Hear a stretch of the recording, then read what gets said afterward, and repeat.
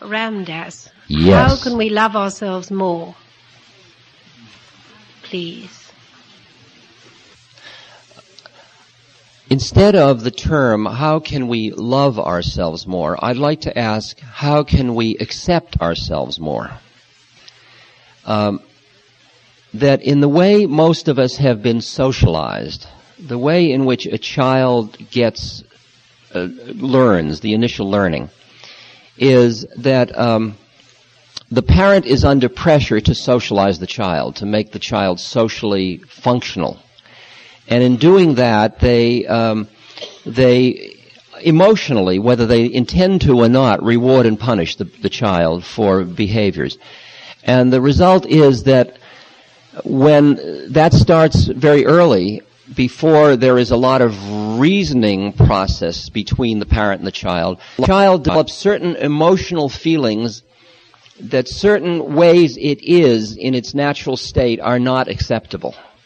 And the result is some feelings of unworthiness or inadequacy or something in most human beings as the result of socialization. Very few people ever come through socialization unscathed in some way or other. I mean, that's not an unfair statement, I don't think. So in a way you could see that ego or personality is in a way built upon, and that's where Freud understood it. He saw that the repression of id, or impulse life, because of the way the society has to deal with a child's impulses to get it to be socialized, usually is left with a feeling that somehow I'm bad. I have these things that are not acceptable. And so then you build this social structure, and often what you end up with is a personality that's constantly looking to the world and other people. Do you approve of me? Do you like me? Am I good enough? Am I acceptable to you? And have I achieved enough? And you get an A for effort, and you feel good. And if you don't get the A, it's not like you feel nothing, you feel bad. And it's as if the baseline is negative, not zero. Do you hear the issue that I'm talking about? Now, so that you're constantly using your life experiences as a way to disprove a basic negative feeling about yourself. That's a very, very common thing in social structure and in human development, in ego development. Now, so many psychological systems, like Freud's system, for example, works primarily with negative going to zero. That's the domain that you work with. Right behind that is where the spiritual dimension begins, and that's a part that looks at the universe and just sees it as it is. It doesn't... See, when you've got a negative thing, the opposite, when you're trying to undo it, you could undo it by emphasizing the positive. Like if you don't like yourself, you could emphasize, I love myself, which is how do we love ourselves more is the question. Or we could say, let's go behind love and hate and find a place where we merely acknowledge ourselves, where we just allow our humanity. And we hear that there is negativity in us, and there is inadequacy, and we allow ourselves. And the word that I have come up with, that I'm finding most comfortable to work with, is the word appreciation. That we come to just appreciate what is. It's interesting, the way I've looked at it, is that you go out into the woods, and into the forests, and you look at trees and you appreciate the trees. You don't say that tree is good and that tree is bad because one tree is fat and one is thin, or one is tall and one is short, or one is bent and one is straight, unless you're in the lumber business.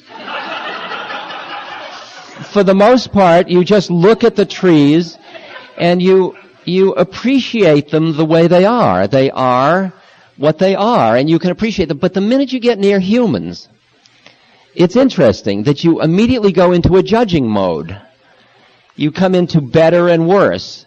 And you do that out of your own insecurity. You do that out of your own need constantly to be reassuring yourself. So you're saying that person is got more hair than I do, or that person is see, that's the one I picked. So I wonder why. That, or you go into, you find dimensions constantly judging and equating. Am I as good as? Am I equal to? Am I as good a mother? Am I as beautiful a woman? Am I as effective a worker? Am I whatever it is, whatever dimension? And you get caught in constantly living in a judging realm. And if you start to practice seeing people as trees, I don't mean in the in the sense of just appreciating what they are, including yourself. It's just starting to appreciate yourself. Appreciate your humanity. Like when I'm supposed to be, I'm Ram Dass, and I've worked on myself, and I'm supposed to be equanimous, loving, present, clear, compassionate, accepting. Oftentimes, I get tired, I'm angry, I'm petulant, I'm closed down. Now, for a long time, I get into those states, and I would feel really embarrassed because that isn't who Ram Dass is supposed to be. So I would appear like I was warm, charming, equanimous, compassionate, and there was deviousness and deception involved. And then I realized that's bad business because that cuts us off from each other. And I had to risk my truth. I had to risk being human with other people and realize that what we offer each other is our truth. And our truth includes all of our stuff. And the first thing I had to do was accept my own truth. I had to allow myself to be a human being. And I think that I was very helped by my spook friend Emmanuel, who my disembodied friend, who, when I said to him, Emmanuel, what am I doing on Earth? He said, why don't you try, you're on Earth, why don't you try taking the curriculum? Why don't you try being human? And I had always assumed the way to God was to deny your humanity and embrace your divinity. And then I realized that the way to truth might be through acknowledging the fullness of where I found myself to be, which was my humanity and my divinity. And not wallow in it, but acknowledge it. And not reverence it or judge it. Just appreciate it. Just allow it. Allow my humanity. So I have gotten to the point now where I am what I am much more. And some people like it and some people don't like it. And if they like it, that's their problem. And if they don't like it, that's their problem. I don't take it all on myself and as much. And, well, it's a slow process. It's a slow process. Now, what I found was that as I started to allow myself to be human more, just allowed what I am, things changed much faster in me. I mean, things fell away more quickly. It was as if I was locked into a model which was based on that negativity, that dislike of myself. And once I just allowed that I am human with all the foibles, things started to flow, and I could feel change occurring in myself. And then I would start to experience my own beauty. And it frightened me because it was so dissonant and discrepant from the model that I had cultivated of myself over the years, that I had to do good in order to be beautiful. And the idea that I just am, that what is, when you look at a tree or a rock or a river, it is in its own way beautiful. You look at decay, it is beautiful. I know Laura Huxley, who's a very dear friend, in her kitchen, she has these jars over the sink, and she takes old beet greens and orange peels and things and sticks them in water in these long, beautiful pharmaceutical jars. And then they slowly mold and decay, and there are these beautiful decay formations and mold. And it's really garbage. It's garbage as art. And we look at it, and it's absolutely beautiful. There's absolute beauty in that. And I've begun to expand my awareness to be able to look at the universe as it is and see what is called the horrible beauty of it. The horrible beauty of it. There's horror and beauty in all of it, because there's decay in all of it. I mean, we're all decaying.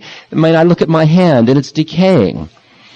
And it's beautiful and horrible at the same moment. And I just live with that, and with that I start to see the beauty in it. So we're talking about appreciating what is. not loving yourself as opposed to not liking yourself, but allowing yourself. And as you allow, it changes. I think that gets behind the polarities. I think that's what's important. Okay? Question?